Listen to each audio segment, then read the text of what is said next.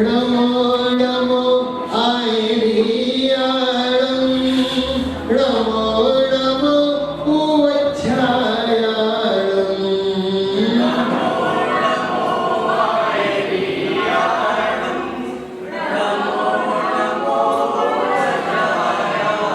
नमो नमो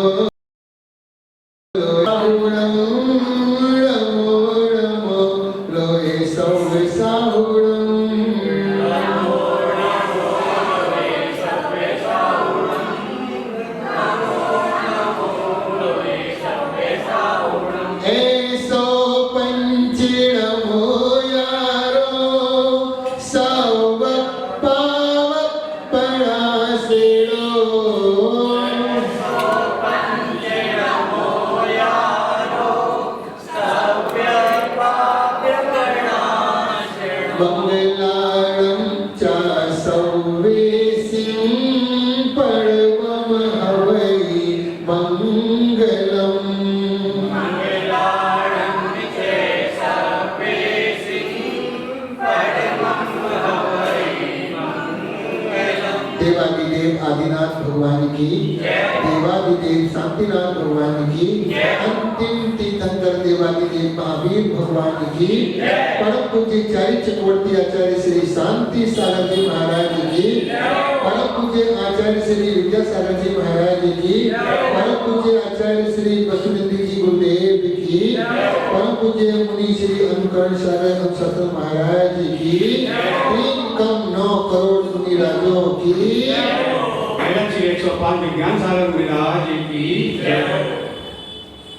महानुभाव साधर्मी बंधुओं, जिन शासन की महती भावना करते हुए यह जिन शासन निरंतर अपनी धवलता को प्राप्त कर रहा है, इस जिन शासन को ऊंचा रखने के लिए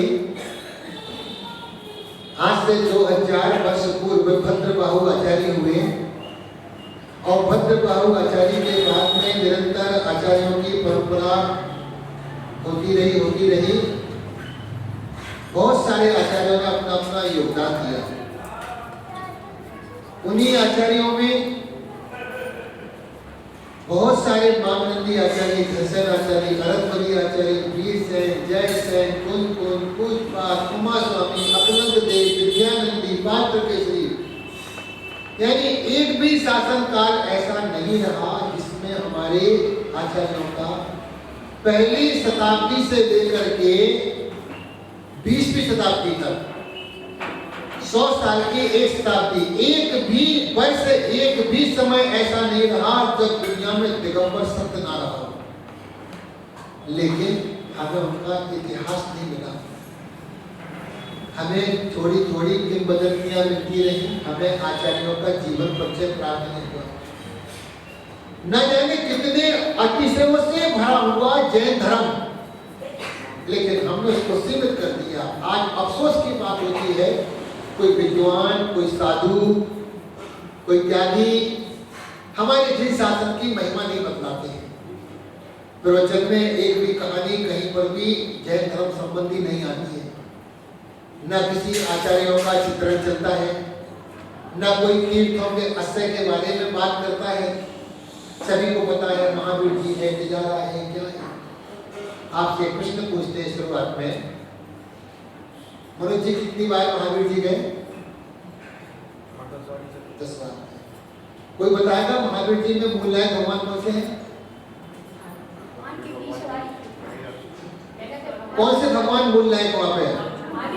बिल्कुल नहीं, महावीर स्वामी है नहीं। आपने कभी देखा मूर्ति पे महावीर स्वामी के चिन्ह? उस मूर्ति पे चिन्ह तो कोई है नहीं, तो कैसे महावीर स्वामी बन जाएंगे? उन्होंने सोने का शेर आगे रख दिया है, प्लेट बना करके, प्लेट पे बना है, लेकिन वो महावीर स्वामी कैसे हो गए? मूर्ति पे कोई चिन्ह ही नहीं है।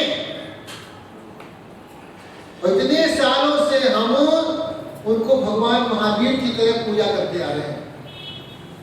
आज हम महावीर जी की कथा चलते हैं,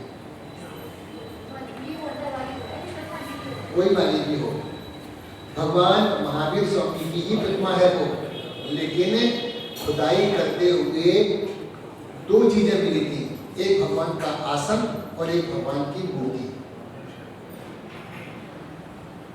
150 साल के बाद में मूर्ति निकलने के बाद में तब तक मंदिर छोटा सा था। अमरचंद जी बिलाला उन्होंने जाकर के 3 शिखर का मंदिर बनवा दिया, लेकिन जो वो खुदाई करने वाला था वो जाति से चमार था, है ना, मीना गुजर माने गुजर और मीना माने बोलते हैं चमार के लिए। उसको मूर्ति मिली, उसके वंशज आ गए मूर्ति मांगने के लिए, हमारे बाबा की मूर्ति वापस करो। हमारे बाबा ने मूर्ति निकाली थी, लोग असमंजस में हो गए, ये मूर्ति ले जाएंगे। तब फिर जो खुदाई में निकला था, एक भगवान का आसन निकला था, एक खिड़की आकार की थी, उसके आगे शेर का चिन्ह बना हुआ है, उसके ऊपर मूर्ति रखी थी। आप इतने बार गए, कितने लोगों ने महावीर जी में म्यूजियम देखा? नहीं देखा? कहाँ है? उसी लाइन में जब नदी पार जाकर के 10, 12, 15 दुकानें आगे जाकर के आप देखेंगे नीले आकार में लिखा हुआ है पुरातत्व संग्रहालय। उस पे 3 मंजिल का म्यूजियम बना हुआ है, ऊपर बीच में और नीचे तहखाने में। वहां पर मिलेगा आपको भगवान का चिन्ह। भगवान का चिन्ह म्यूजियम में रखा गया और भगवान की मूर्ति मंदिर में रखी गई और उनको बोला जो तुम्हारे दादाजी ने मूर्ति निकाली थी वो मूर्ति तो उसी समय खंडित हो गई थी, ये मूर्ति नहीं है, वो मूर्ति खंडित हो गई है। नहीं बोले, बाबा ने कहा था चिन्ह भी है, चिन्ह कहाँ है बताओ? हमने चिन्ह सहित मूर्ति को नदी में विसर्जन कर दिया था, वो मूर्ति खंडित निकली थी। फिर हमने दूसरी मूर्ति बनाई, उसको विवाद होने लगा, बड़ी मुश्किल में विवाद निपटा। अमरचंद जी जो बिलाला थे वो श्वेतांबर थे। जब मंदिर बन गया 3 शिखर का तो उनके परिवार के लोग आ गए मंदिर मांगने के लिए, मंदिर हमारा तो भी है, हमारे बाबा ने शिखर बनवाया पूरा। और वो भगवान महावीर स्वामी की मूर्ति को श्वेतांबर बनाना चाहते थे कि ये श्वेतांबर के नाम से झगड़ा हुआ। तभी से लेकर के वहां पर पुलिस 24 घंटा रहती है, कोई मूर्ति में छेड़खानी ना करे। फिर वैसी ही मूर्ति एक बना करके आगे रख दी, वो प्राचीन मूर्ति पर कोई छेड़ाछाड़ी ना करे। ऐसे भगवान महावीर स्वामी का शासन काल, भगवान महावीर स्वामी किसके शासन काल में हुए? पारसनाथ भगवान के शासन काल में। जब तक भगवान को केवल ज्ञान नहीं होता है तब तक शासन काल पीछे वाले तीर्थंकर का चलता है। आप पढ़ते सामने से बैठे इतने कोड़ा कोड़ी उड़ी मोक्ष गए, कहां से गए समझ में नहीं आ रहे। इतने करोड़ स्टॉक से गए। अरे भाई टॉक से नहीं गए, उनके शासन काल में इतने मुनि मोक्ष गए हैं। कुंथुनाथ से लेकर के दूसरे तीर्थंकर के बीच में जब तक उन्हें केवल ज्ञान नहीं होता तो उन्हीं का शासन काल चलता, पहले भगवान का। उनके शासन काल में इतने मुनि मोक्ष गए, ना कि उनके साथ में गए। तो ऐसा जिन शासन अब हम भगवान महावीर स्वामी के जन्म कल्याणक मनाने के लिए हर साल मनाते हैं। धूमधाम से मनाते हैं, कोई धूमपान से मनाते हैं, धूमधाम से मनाते हैं, कोई धूमपान से मनाते हैं। और भगवान महावीर स्वामी की ही जयंती मनाते, बस लड्डू पार्श्वनाथ का और जयंती भगवान की महावीर स्वामी की, बाकी कोई तीर्थंकर का कोई वास्ता नहीं करता। आज हम भगवान महावीर स्वामी के छोटे से गर्भ कल्याणक और जन्म कल्याणक को चिंतन की बात करते हैं। भगवान महावीर स्वामी के प्रत्येक तीर्थंकर के गर्भ में आने के 6 महीना पहले ही रत्नों की वर्षा प्रारंभ हो जाती है। तो 6 महीने तक रत्न बरसते हैं। क्यों? तीर्थंकर जैसा महापुरुष धरती पर अवतरण हो रहा है, कोई जीव दरिद्र ना रह जाए, कोई गरीब ना रह जाए, कोई भिखारी ना रह जाए। इतने रत्नों की वर्षा होती है। और जब भगवान गर्भ में आ जाते हैं 9 महीना और गर्भ में पहले 6 महीना, ऐसे 15 महीने तक रत्नों की वर्षा होती है। वो वर्षा कितने दिन तक होती है? कितने दिन तक? कितने दिन तक? 450 दिन तक 450 दिन तक रत्न वर्षा होती है, 3.5 करोड़ रत्नों की वर्षा होती है। और उन पे रत्न कितने वर्षे फिर कितने रत्न वर्षे? वो रत्न वर्षे 75 अरब 60 करोड़ रत्न वर्षे। उन रत्नों को रखने के लिए 9x9 के कमरे 9x9 के कमरे कितने कमरे चाहिए पड़ेंगे रत्नों को रखने के लिए? 1 इंच का यदि वो रत्न होगा, 1 इंच का मोटा चौड़ा लंबा कोई रत्न होगा तो 9x9 के उन रत्नों को रखने के लिए 60,690 कमरे चाहिए उन रत्नों को भरने के लिए। इतने सारे रत्नों की वर्षा हुई। ये ऐसे रत्न नहीं है जो चमक के ठंडे वाले, वहां पे अनमोल ऐसे कीमती रत्न, वहां पर कोई दरिद्र ना रह जाए, कोई गरीब ना रह जाए। भगवान का जो जन्माभिषेक का कलश हुआ, कितने कलश से अभिषेक हुआ? 1000। हम उसका भी थोड़ा सा माप लिखते हैं, कैलकुलेशन। उसका मुख 1 योजन का अर्थात 12 किलोमीटर का, 12 किलोमीटर का तो कलशे का मुंह था अकेला। उसकी चौड़ाई थी 4 योजन की अर्थात 48 किलोमीटर का। वो 48 किलोमीटर का चौड़ा था और उसके बाद में 8 योजन का गहरा था अथवा 96 किलोमीटर। 12 किलोमीटर का मुख है, 48 किलोमीटर की चौड़ाई और गहराई थी 96 किलोमीटर का। अब उस एक कलश में कितना पानी था? पानी का कैलकुलेशन, एक कलश में कितना पानी था तो 76 पद में 14 खरब 9 अरब लीटर पानी था एक कलश के अंदर में। कितना? 76 पद में 14 खरब 9 अरब लीटर पानी। तो फिर 1008 कलशों में कितना पानी होगा? तो उसका कैलकुलेशन मिलाया कि 766 शंख 9 पद्म 42 नील 2 खरब 72 अरब लीटर पानी उन कलशों में भरा। नवजात शिशु जिसका अभी जन्म हुआ है उसका पांडव शिला के ठंडे पानी से इतना अभिषेक कर देंगे, फिर चिंता कहीं पानी में बह ना जाए, फिर ढूंढते रहोगे तीर्थंकर कहाँ गए। तो ऐसे ही उत्तर पुराण में उल्लेख आता है जब भगवान महावीर स्वामी का जन्माभिषेक हो रहा था तो इंद्र के मन में शंका आई, इतना सा बच्चा है कहीं चला गया तो ढूंढते रहेंगे तीर्थंकर कहाँ गए। भगवान तो जन्म से अवधि ज्ञानी होते लोग अवधि ज्ञान लगा, अरे मेरे बारे में क्या सोचा। और कहते हैं कथानक में कि भगवान ने थोड़ा सा अपना अंगूठा यूं किया तो वो मेरू पर्वत कब गया, सारे इंद्र नीचे गिर गए भड़बड़। इंद्र ने कहा कि किसके बारे में शंका कर रहा हूं, ये तो अतुल बलशाली है। और तीर्थंकर भगवान जो सौधर में इंद्र होता है वह ऐरावत हाथी लेकर के आता हो। ऐरावत हाथी 1 लाख योजन का होता है, 1 लाख योजन का अर्थात 2000 कोस का और 12,000 किलोमीटर का वो हाथी होता है। 12,000 जिसके 32 मुख होती है।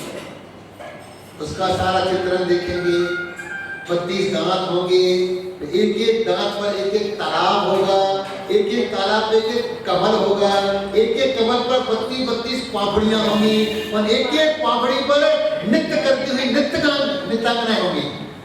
ऐसा ऐरावत हाथी 12,000 किलोमीटर का। और जो भगवान का जो स्वधर्म की यात्रा होती है ना, वो कितनी लंबी यात्रा होती है? वो होती है 50,000 योजन। 50,000 योजन की आज जम्बूदीप परिणति ग्रंथ पढ़ेंगे पद्मनंदी आचार्य का, उसमें पूरा का पूरा विवरण दिया है। कितने हाथी, कितने घोड़े, कितने रथ, कितने भगवान की यात्रा में होते हैं। तो 50,000 योजन की लंबी वो यात्रा होती। कितनी? 30 करोड़ किलोमीटर की भगवान की जन्माभिषेक की यात्रा होती है। 30 करोड़ किलोमीटर।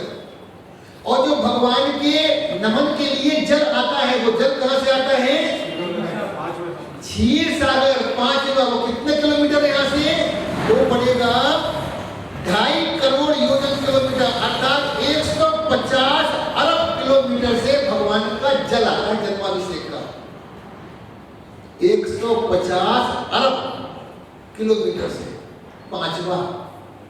पांचवें तीर्थ से वो ऐसा भगवान का असर होता है जो हमने पढ़ रखा ना, गंगा सिंधु रोहित ललिता नदियां। ये वाली नदी नहीं है गंगा। एक गंगा को नहीं समझना। जो जैन धर्म के अनुसार जिससे जो गंगा है, उस गंगा में 14,000 नदियां मिली हैं।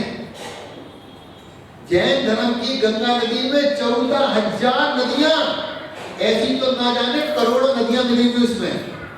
महर्षि जब शिव नदी का 5वें समुद्र से आता है और 2.5 द्वीप के बाद पड़ता है वो, तो 2.5 द्वीप के आगे मनुष्य तो जा नहीं सकते। मनुष्य कोई काम नहीं करते, वो तो ताली बजाने आते हैं। मनुष्य तो ताली बजाने आते हैं। भगवान के 5 कल्याणक देव करते हैं, एक भी मनुष्य नहीं करते कल्याणक। भगवान गर्भ में आए, माता को पता नहीं चला कब गर्भ में आए, और देवों ने आकर के भगवान का गर्भ कल्याणक की पूजा भी कर ली। भगवान का जन्म हुआ, सब सोते रहे, देवता उठा करके उन्हें ले गए सुमेरु पर्वत पर। किसने किया जन्माभिषेक? मनुष्यों को तो पता ही नहीं चला। जब भगवान को केवल ज्ञान दीक्षा ली तो लोकांतिक देव आए, उन्होंने संबोधन किया, उनकी अनुमोदना की, मनुष्यों को तो पता ही नहीं चला। और जब भगवान को केवल ज्ञान हुआ तो देवों ने आके भगवान का समोषण लगाया, मनुष्यों ने क्या किया? जाके बैठ गए। और जब भगवान को मोक्ष हुआ तो अग्नि कुमार देवों ने आकर के भगवान का संस्कार किया, मनुष्यों को पता ही नहीं चला कब मोक्ष निकल गए। तो भगवान का पंच कल्याणक की जो पूजा की, इसलिए लिखा भक्तांबर, भक्त अमर। भगवान का भक्त कौन? अमर। अमर माने देव, देव कहलाते हैं। और आपको आश्चर्य बताएंगे, आप आश्चर्य करोगे कि मानतुंग आचार्य ने भक्तांबर नहीं लिखा, जिसको हजारों साल से लोग पढ़ते आ रहे हैं। मानतुंग आचार्य ने भक्तांबर लिखा ही नहीं है। कैसे कर दिया आपने? पहला अक्षर पकड़ लिया, भक्तांबर प्रणत मौलि मणि प्रभाण। उसका नाम था आदिनाथ की स्तुति, सही नाम था उसका आदिनाथ की स्तुति।